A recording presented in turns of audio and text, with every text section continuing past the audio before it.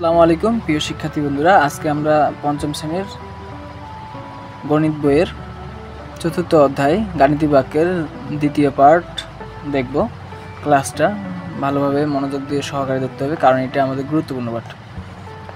এখানে আজকে আমাদের আলোচনার বিষয় হচ্ছে খোলা বাক্য। খোলা বাক্য জিনিসটা কি আর গাণিতিক বাক্য বদ্ধ বাক্য জিনিসটা কি, এটা আমরা বুঝব। আমরা এর আগের দিন গাণিতিক বাক্য বা গাণিতিক প্রতীক নিয়ে আলোচনা করেছি। আজকে খোলা বাক্য গাণিতিক বাক্য দুইটা নিয়ে আলোচনা করব। গাণিতিক বাক্যের আরেকটা নাম হচ্ছে বদ্ধ বাক্য। গাণিতিক বাক্যের আরেকটা নাম কি? বদ্ধ বাক্য। খোলা বাক্য কাকে বলে বলে দেওয়া আছে, একটি বাক্যকে খোলা বাক্য বলা হবে তখন যখন বাক্যটি সত্য নাকি মিথ্যা তা নির্ণয় করা যায় না। তাহলে আমরা কি বলতে পারি, খোলা বাক্য কাকে বলে? যদি আমাদের পরীক্ষায় আসে কি লিখবো আমরা? খোলা বাক্য। তাহলে আমরা দেখে নিই খোলা বাক্য কি জিনিস। খোলা বাক্য হচ্ছে কোনো একটি বাক্য যখন সত্য নাকি মিথ্যা তা যদি নির্ণয় করা না যায় তাহলে সেই বাক্যটাকে বলা হয় গাণিতিক খোলা বাক্য। আর যদি কোনো বাক্যকে সত্য নাকি মিথ্যা তা নির্ণয় করা যায় তাহলে গাণিতিক বাক্য বলা হয়, সেটাকে বলা হয় কি? গাণিতিক বাক্য বা বন্ধ বাক্য। এখন আমরা কীভাবে বুঝবো খোলা বাক্য আর গাণিতিক বাক্যটা? উদাহরণস্বরূপ আমরা দেখতে পারি 8 একটি জোড় সংখ্যা বলা আছে। 8 একটি জোড় সংখ্যা। আচ্ছা, আমরা তো জানি যে 2, 4, 6, 8, 0 যদি সংখ্যা শেষে থাকে তাহলে সেটি জোড় সংখ্যা। তাহলে আমরা বুঝতেই পারতেছি 8 সংখ্যাটি হচ্ছে একটা জোড় সংখ্যা, এটা সত্য। যেহেতু এটা সত্য নির্ণয় করা গেল তাহলে এটি হচ্ছে গাণিতিক বাক্য এবং এটি সত্য। 9 একটি জোড় সংখ্যা, আমরা জানি যে 9 হচ্ছে বিজোড় সংখ্যা, এখানে বলা আছে 9 একটি জোড় সংখ্যা, তাহলে এটি মিথ্যা, এটা নির্ণয় করা গেল, তাহলে এটি একটি গাণিতিক বাক্য, এটি মিথ্যা। কিন্তু যদি বলা হয় যে ক একটি জোড় সংখ্যা, এখন ক এর মান তো আমরা জানি না যে ক এর মান কত, 2 নাকি 4 নাকি 3 নাকি 5, এটা তো আমরা জানি না, এটাও জানা। এই জন্য ক একটি জোড় সংখ্যা এই যে বলা আছে, এটা আমরা সত্য নাকি মিথ্যা সেটা নির্ণয় করতে পারি না। সেটা নির্ণয় করতে পারবো কখন? যখন ক এর মানটা আমরা পাবো, নির্দিষ্ট করে জানবো তখন। এই জন্য এটি একটি খোলা বাক্য, কারণ এটি সত্য নাকি মিথ্যা দুই ধরনের জিনিসই হতে পারে, আমরা এটা নির্দিষ্ট করে নির্ণয় করতে পারি না। এই জন্য ক এর মানের উপর এটা নির্ভর করবে যে সত্য নাকি মিথ্যা। এই কারণে ক একটি জোড় সংখ্যা এটা হচ্ছে খোলা বাক্য। তাহলে আমাদের আননোন রাশি অর্থাৎ অজানা রাশিগুলো যদি দেওয়া থাকে অঙ্কে, তাহলে সেটা হচ্ছে খোলা বাক্য। প্রথমে আমরা দেখি এখানে 5-এর সাথে ক যোগ করলে 12 হয়, এটা গাণিতিক বাক্যগুলো প্রকাশ করতে বলছে। খোলা বাক্য গাণিতিক উক্তিগুলো আবার নির্ণয় করতে বলছে। এখানে 5-এর সাথে ক যোগ করলে 12 হয় বলছে, তাহলে আমরা যদি এটা গাণিতিক বাক্য আকারে লিখি তাহলে এটা হবে 5, এটার সাথে আমরা যোগ করব ক সমান হবে 12। তাহলে এটা কোন ধরনের বাক্য? যদি বাক্যটার কথা বলা হয় তাহলে এই বাক্যটা হচ্ছে খোলা বাক্য, কারণ এখানে আননোন রাশি আছে। এখন আমরা ক এর মানটা বের করতে হবে, গাণিতিক উক্তিগুলো নির্ণয় করতে বলছে।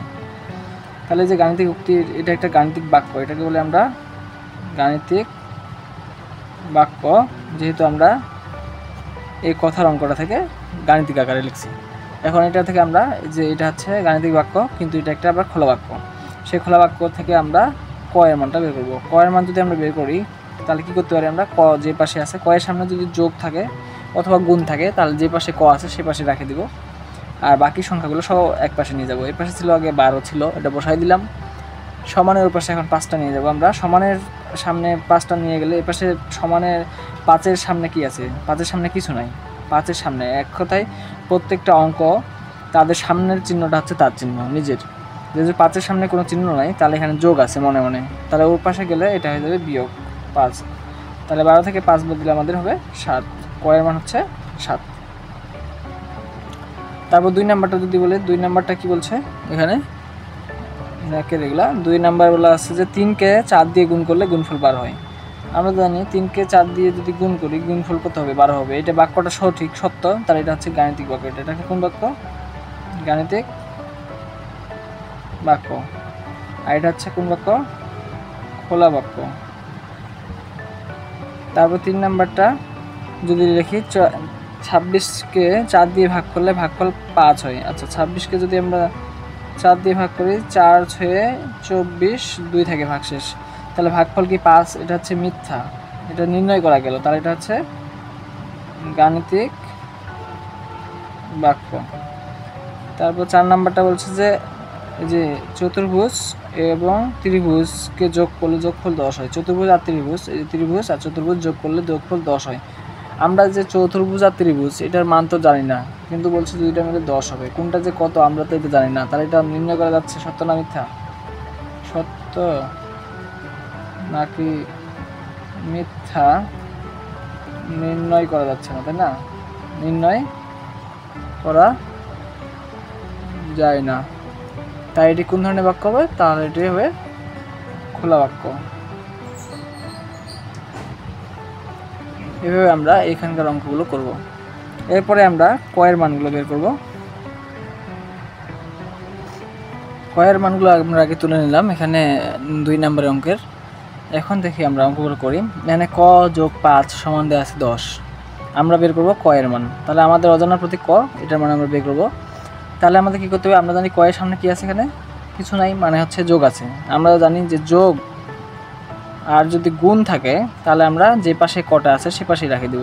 যদি বিয়োগ আর ভাগ থাকে তাহলে কটাকে অন্য পাশে নিয়ে যেতে হবে করার জন্য। এখানে কয়ের সামনে কিছু নেই, মানে যোগ আছে, তাহলে কটা আমরা এই পাশে রাখে দিব। এখন 5-এর সামনে কি আছে? যোগ আছে, তাহলে সমানটা দিয়ে দিলাম। ও পাশে হচ্ছে 10, 5-এর সামনে যোগ আছে, ওইটা ওপাশে নিয়ে গেলে হচ্ছে বিয়োগ 5। তা 10 থেকে 5 বাদ দিলে কত হয়? 5। তাহলে কয়ের মান কত? 5। এখানে যদি আমরা এই অঙ্কটি করি, কয়ের সামনে বিয়োগ আছে, আমরা জানি যে যোগ আর গুণ থাকলে ও পাশে রাখবো, কিন্তু বিয়োগ থাকলে অন্য পাশে নিয়ে যেতে হবে কটাকে এখন। তাহলে এই পাশে ছিল হচ্ছে আমাদের 48 রাখলাম, কটাকে এখন ও পাশে নিয়ে যাব আমরা, সমান দিব। এই পাশে সমান দিয়ে 23 ছিল, তার সাথে কটা যোগ হয়ে যাবে, এই কটা ও পাশে যাওয়ার কারণে যোগ হয়ে গেল। তাহলে আমাদের এখন কয়ের মানটা বের করতে হবে। ও পাশে এখন ক যোগ আছে, তাহলে কটা আমরা এই পাশে রাখে দিব, আর 23টাকে আমরা এই পাশে নিয়ে আসবো। 23 যদি নিয়ে আসি তাহলে আমাদের কয়ের মান কত হবে? আমরা এটা রাখলাম, কটা সমান আগে নিলাম, এটা পরে করব। তাহলে 48 থেকে 23 বাদ দাও, 8 থেকে 3 বাদ দিলে হচ্ছে 5 হবে, হাতের একটা এখানে আসলো, 3 হলো, 4 থেকে 3 বাদ দিলে হচ্ছে 1, তাহলে 15। এরপরের অঙ্কটা যদি আমরা দেখি, পরের অঙ্কটা হচ্ছে ক গুণ 2 সমান 36। আমরা জানি কয়ের সামনে কি আছে? কিছু নাই, মানে গুণ আছে, এখানে গুণ অবস্থায় আছে, যেহেতু গুণ আছে তাহলে ক রাখলাম। 2টা গুণ অবস্থায় ছিল, এটা ওপাশে নিয়ে চলে যাবো আমরা সংখ্যাটা। 36 গুণ থাকলে ওপাশে হয়ে যাবে ভাগ, মানে চিহ্ন চেঞ্জ হয়ে যাবে, উল্টাটা হবে। গুণের বিপরীত হচ্ছে ভাগ, আর যোগের বিপরীত বিয়োগ। তাহলে আমাদের 36কে 2 দিয়ে ভাগ করলে, 2 দিয়ে ভাগ করো, 2 একে 2, 3 থেকে 2 বাদ দিলে থাকবে 1, ওই 1 আর 6 মিলে 16 হলো, 2 8 16। তাহলে ক এর মান হচ্ছে 18। এখানে কয়ের সামনে ভাগ আছে, তাহলে আমরা কটা ওপাশে নিয়ে যেতে হবে, তাহলে 72, ওপাশে ছিল 6, কটা ওপাশে নিয়ে গেলে হবে ক গুণ হয়ে যাবে। এবার আমরা কটা ওপাশে রাখে দিব, তাহলে এটা 72, 6টা গুণ অবস্থায় ছিল, এই পাশে আসলে হয়ে যাবে ভাগ 6 সমান হচ্ছে ক। তাহলে আমরা এখন সাদা নিই, কটা আগে নিলাম, 72কে 6 দিয়ে ভাগ করি, 6 একে 6, এখানে 1 থাকে আর 2, 12, 6 2 হচ্ছে 12, মানে 12 6 72। এরপরে অঙ্কগুলো যদি আমরা দেখি, নিচে খোলা বাক্যগুলো অজানা মানগুলো বের করো এবং বাক্যগুলো সত্যজান হয় এটা বলছে। একটি ত্রিভুজে ক সংখ্যক বাহু আছে, তাহলে এটা আমরা কীভাবে করবো? এখানে বলা আছে যে একটি ত্রিভুজে ক সংখ্যক বাহু আছে। আমরা জানি একটি ত্রিভুজে কয়টি বাহু আছে? একটি ত্রিভুজের ক সংখ্যক বাহু আছে, এটা বলা আছে। আমাদের এটা হচ্ছে নির্ণয় করতে বলছে মানগুলো, এবং হচ্ছে বাক্যগুলো সত্য হয় জানা সেটা বের করতে বলছে, খোলা বাক্যগুলো। এখানে এটা হচ্ছে খোলা বাক্য, এটা বলে দেওয়া আছে যে এটা একটা খোলা বাক্য, একটা ত্রিভুজের ক সংখ্যক বাহু। আর আমরা তো জানি যে ত্রিভুজের বাহু কয়টি, তাহলে ওটা লিখবো আমরা জানি ত্রিভুজের বাহু আছে 3টি। তাহলে অতএব আমি বলতে পারি এখানে কয়ের মানটা হচ্ছে 3। তাহলে আমাদের বাক্যটি সত্য হলো। 2 নাম্বারটি হচ্ছে একটি বর্গের খ সংখ্যক কোণ আছে। কি বলা আছে? একটি বর্গের খ সংখ্যক কোণ আছে। আমরা জানি যে বর্গ একটি চতুর্ভুজ, আর চতুর্ভুজের কোণ হচ্ছে 4টি। আমরা জানি